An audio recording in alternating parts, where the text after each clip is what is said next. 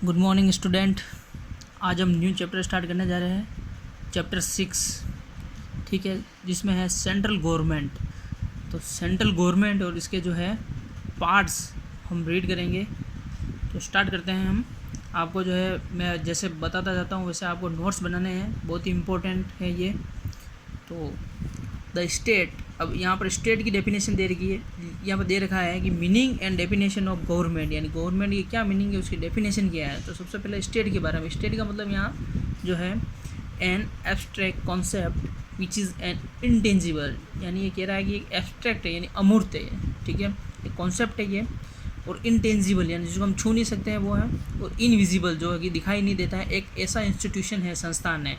यानी स्टेट एक ऐसा इंस्टीट्यूशन है जिसको जो इंटेंजिबल है और इनविजिबल है, जिसको हम देख नहीं सकते और छू नहीं सकते, वो स्टेट है, ठीक है। The organisation which gives it a concrete shape called the government, और इसी ऑर्गेनाइजेशन को जो है एक कॉन्क्रीट ठोस आकार जो दिया है, कॉन्क्रीट शेप यानी ठोस आकार दिया, उसी को हम क्या कहते हैं, गवर्नमेंट, इज कॉल्ड गवर्नमेंट, ठीक है। तो इसमें यही है इम्पोर्टेंट। और यहाँ पर एक ये गार्नर ने गवर्नमेंट को डिफाइन किया है। Defining the government, Garner he said has said, Garner ने ऐसा कहा है, गवर्नमेंट इज़ अ ट्रिब्यूनल और मशीन। इसको एक मशीन कहा है, गवर्नमेंट को जो है गार्नर ने क्या बोला है, एक मशीन बोला है, ठीक है। तो नेक्स्ट हम जो है इसके 3 मेजर पार्ट्स जो दे रखे हैं गवर्नमेंट के, गवर्नमेंट हैव 3 मेजर पार्ट्स, ठीक है। कौन कौन से हैं, लेजिस्लेटर, एग्जीक्यूटिव एंड जुडिशरी। तो इसको जो है हम थोड़ा सा समझ लेते हैं कि किस तरह से है ये। यहाँ पर आप देख सकते हो गवर्नमेंट हैव 3 पार्ट्स, इसके 3 पार्ट्स है गवर्नमेंट के। फर्स्ट है लेजिस्लेटर, सेकंड है एग्जीक्यूटिव एंड जुडिशरी। तो तीनों के बारे में हम बारी बारी से पढ़ेंगे, ठीक है। तो सबसे पहले आता है लेजिस्लेटर, जिसके 2 पार्ट्स है। लेजिस्लेटर के 2 पार्ट्स है, फर्स्ट है यूनियंस लेजिस्लेटर और सेकंड है स्टेट लेजिस्लेटर। तो स्टेट लेजिस्लेटर जो है हम नेक्स्ट चैप्टर में रीड करेंगे, अभी इस चैप्टर में है नहीं अपने। तो हमें पढ़ना है यूनियन लेजिस्लेटर, ठीक है। तो ये आपको जो चार्ट है ये ड्रॉ करना है आपको, ठीक है। तो यूनियन लेजिस्लेटर है, उसको जो है संसद भी कहा जाता है, संसद या पार्लियामेंट भी कहते हैं इसको। तो पार्लियामेंट जो है या संसद जो है, इसके 2 पार्ट्स है, एक है लोकसभा और दूसरा है राज्यसभा। तो फर्स्ट हम ले लेते हैं लोकसभा को, ठीक है। तो लोकसभा के बारे में हम थोड़ा सा देख लेते हैं।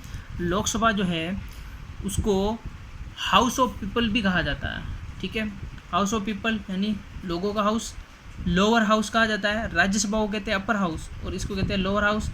ये है फर्स्ट हाउस, इसको फर्स्ट हाउस भी बोला जाता है, पॉपुलर हाउस भी बोला जाता है। और members directly elected by public, और यानी कि जो लोकसभा के जितने भी मेंबर होते हैं उनको कौन इलेक्ट करता है, डायरेक्टली जो है इलेक्ट किया जाता है पब्लिक के थ्रू, ठीक है। पब्लिक इनको जो है इलेक्ट करती है, जिसको हम बोलते हैं मेंबर ऑफ पार्लियामेंट, MP, ठीक है।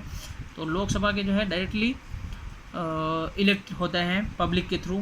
तो ये जो चार्ट है ये पूरा ये आपको ड्रॉ करना है पूरा एज इट इज़, ठीक है। ये बहुत ही इंपॉर्टेंट है, इससे आपके जो कॉन्सेप्ट है वो क्लियर हो जाएगा कि जो गवर्नमेंट के है कितने पार्ट्स है, 3 पार्ट्स, ठीक है।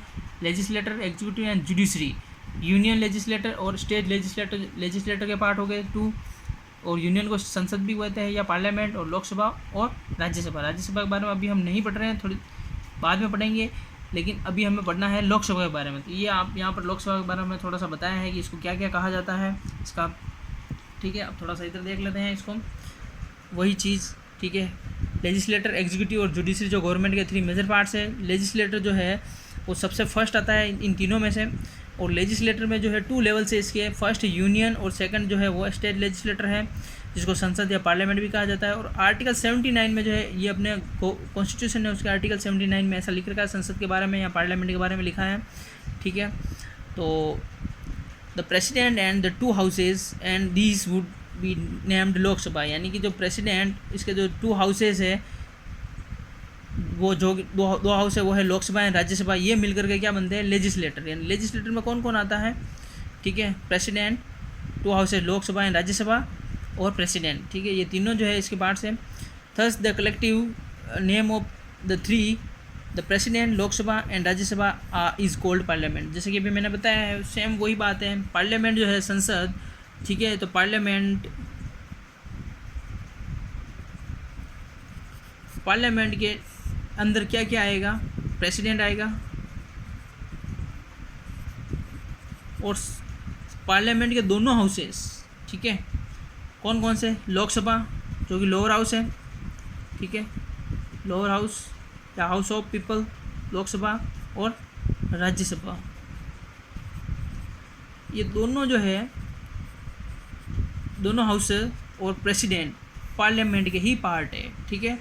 तो पार्लियामेंट में कौन कौन क्या क्या आ गया, प्रेसिडेंट, लोकसभा एंड राज्यसभा। अब बात कर लेते हैं हम लोकसभा के स्ट्रक्चर के बारे में। द स्ट्रक्चर ऑफ लोकसभा, ये जो है इसको फर्स्ट और लोअर हाउस भी कहते हैं, ठीक है। पार्लियामेंट का फर्स्ट और लोअर हाउस है Lok Sabha. It is also called popular house, जैसे कि हमने अभी उस चार्ट में देखा था, because it members are directly elected by the public, यानी क्योंकि इसके जो मेंबर है वो डायरेक्टली किससे इलेक्ट होते हैं, पब्लिक के थ्रू इलेक्ट होते हैं, इसलिए इसको जो है पॉपुलर कहा जाता है। और नंबर ऑफ मेंबर्स, अब इसके नंबर देख लेते हैं। The number of members of Lok Sabha was fixed 500 in the original constitution, यानी कि जब कॉन्स्टिट्यूशन बना था आफ्टर 1947, ठीक है, उस टाइम जो है ये कॉन्स्टिट्यूशन बना था, तब ये 26 जन 1950 को जो है ये क्या हुआ था, लागू हुआ था अपना।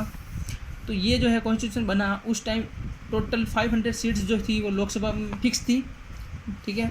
बट बाद में ये इंक्रीज़ होने समय के अनुसार, क्यों, इसका रीज़न क्या रहा था, गोवा, दमन और दीव में भी जो है 1987 में कुछ सीटें बढ़ाई गई थी, तो ये मैक्सिमम नंबर ऑफ लोकसभा जो है उसके बाद में कितनी हो गई, 552। तो आज की तारीख में कितनी है, 552 है, लेकिन ओरिजिनल जो कॉन्स्टिट्यूशन बना था उसमें ओनली 500 ही है।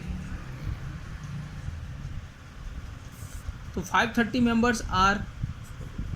Members from the state electorates and 20 from union electorates, यानी कि जो 530 जो मेंबर है वो जो अपने स्टेट्स है ना उसमें से इलेक्ट होते हैं, और 20 जो है यूनियन जो टेरिटरीज़ है उनमें से इलेक्ट होते हैं। तो यूनियन टेरिटरीज़ कौन कौन से हैं, जैसे कि दमन एंड दीव, यहाँ पर आया है दमन एंड दीव, ये एक यूनियन टेरिटरी है। चंडीगढ़, दिल्ली, ठीक है, पांडिचेरी, तो ये जो है क्या है, यूनियन टेरिटरीज़ है, ठीक है। तो इनमें से जो है ये 20 जो है सीटें, जो 20 सीट्स है वो इन यूनियन टेरिटरीज़ को दी गई है। तो इसमें से ये जो मेंबर है इलेक्ट होकर के आते हैं, तो टोटल हो जाएंगे ये 550 हो रहा है टोटल, ठीक है।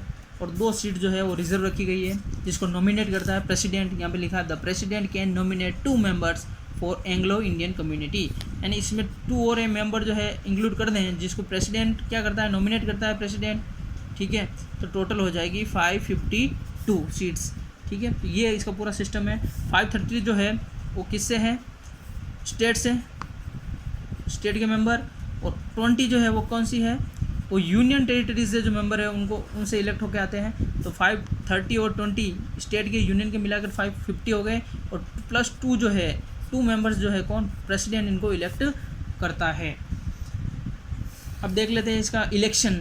The members of Lok Sabha are elected directly and the election is based on adult suffrage, यानी इसके जो लोकसभा के मेंबर है वो डायरेक्टली पब्लिक जो है इनको इलेक्ट करती है, और किसके बेस पर होता है, बेस ऑन अडल्ट सफरेज, यानी कि जो है 18 प्लस का जो होगा, ठीक है, वही जो वोट कर पाएगा इसमें। In India an 18 years old person is now considered as an adult, यानी बताएं यहाँ पर अडल्ट की डेफिनेशन, जो 18 ईयर्स ओल्ड होगा पर्सन जो भी है वो अडल्ट कहा जाएगा, और वो जो है वोट कर सकता है।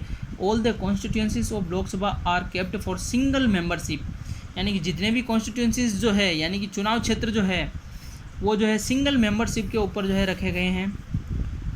तो अब हम बात कर लेते हैं इसकी एलिजिबिलिटी के लिए कि भी आपको जो है इसकी लोकसभा का मेंबर बनने के लिए क्या एलिजिबिलिटी चाहिए। तो एलिजिबिलिटी आपको ये चाहिए, he must be a citizen of India, यानी इंडिया का रहने वाला होना चाहिए, बाहर का कोई भी जो है लोकसभा मेंबर नहीं बन पाएगा।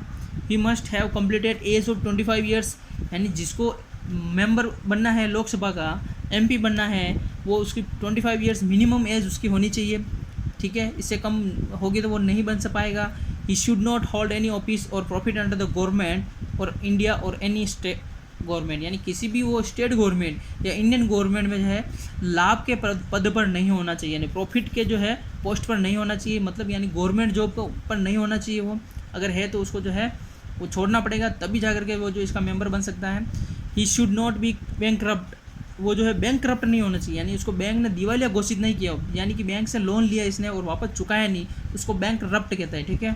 तो वो नहीं होना चाहिए। And declared of unsound mind by any court, यानी उसको पागल, अनसाउंड माइंड यानी पागल घोषित नहीं किया हुआ किसी कोर्ट ने। अगर वो बैंक करप्ट है या वो अनसाउंड माइंड है यानी पागल है या दिवालिया है तो भी वो इस मेंबर पार्लियामेंट का मेंबर नहीं बन सकता है। तो अब इसकी टर्म जो है वो है इसकी 5 ईयर्स की इसकी टर्म रहती है लोकसभा की, और इसको किसी भी टाइम जो है डिसॉल्व किया जा सकता है थ्रू प्रेसिडेंट, ठीक है। इसका भी एक प्रोसीजर होता है। तो ऐसा है जो है 9 टाइम्स जो है ऐसा हो चुका है, ठीक है। इसको डिसॉल्व किया जा चुका है इसको लोकसभा को। और इसका सेशन देख लेते हैं। The session of the Lok Sabha and Rajya Sabha are convinced and prorogued by the president. However, the rule in this regard is that there should be no gap more than 6 months between two session। यानी इसका session यानी जो है इसके parliament के session होते हैं उसमें 6 मंथ्स का जो है ज़्यादा का गैप नहीं होना चाहिए, ठीक है। और इसको कन्विंस करना, बुलाना और प्रोग्रेट करने का काम कौन करता है, स्थगित करने का काम कौन करता है, प्रेसिडेंट करता है, ठीक है। लोकसभा और राज्यसभा का जो सेशन बुलाया जाता है, ठीक है, कन्विंस यानी बुलाना और प्रोरोग्ड यानी कि जो उसको स्थगित करने का काम कौन करता है, प्रेसिडेंट करता है, ठीक है। और इसमें जो गैप वो 6 मंथ से ज़्यादा गैप नहीं होने चाहिए, मतलब सेशन जो है कंटिन्यू चलने चाहिए।